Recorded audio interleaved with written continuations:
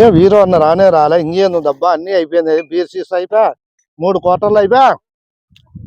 నా వీరో అన్న రా రా రా రా రా.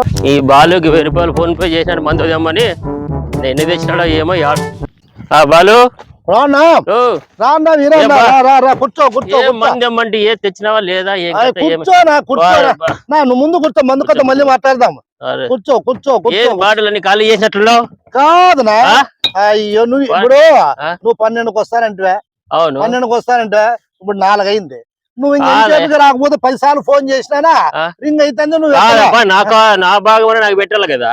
ఏం బాగునా ఎదురు చూస్తాను. ఏమో ఏమో రోజు 2 క్వార్టర్లు తాగుతాంట కదా. వాతావరణం ఎట్లుందినా? బాగుంది కదా. తాగుతంటే పోతాది, తాగుతంటే ఏదినా మళ్ళీ పోయి తెచ్చుకోబోనా?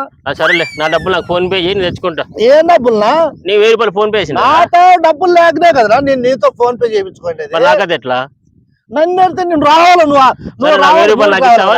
డబ్బులు లేవురా నా తావ, నేనేం చేయాలి? డబ్బులు లేకుంటే మరి ఫోన్ ఏంది తీసుకుంటావా? 1000 రూపాయలు ఇచ్చి మళ్ళీ తీసుకో. 1000 రూపాయలు ఇచ్చి నేను ఫోన్ తీసుకోను మరి. నాకు మాకు మందు లేకుండా చేసి నువ్వు కూడా తాగి మాకెట్లా? మళ్ళీ ఆ 1000 రూపాయలు డబ్బులు ఇచ్చి తీసుకో. ముష్టి 1000 రూపాయలు నాకు ఫోన్ పే చేసి నువ్వు ఫోన్ తీసుకొని పోతావా? ఫోన్ సరే తీసుకొని పో.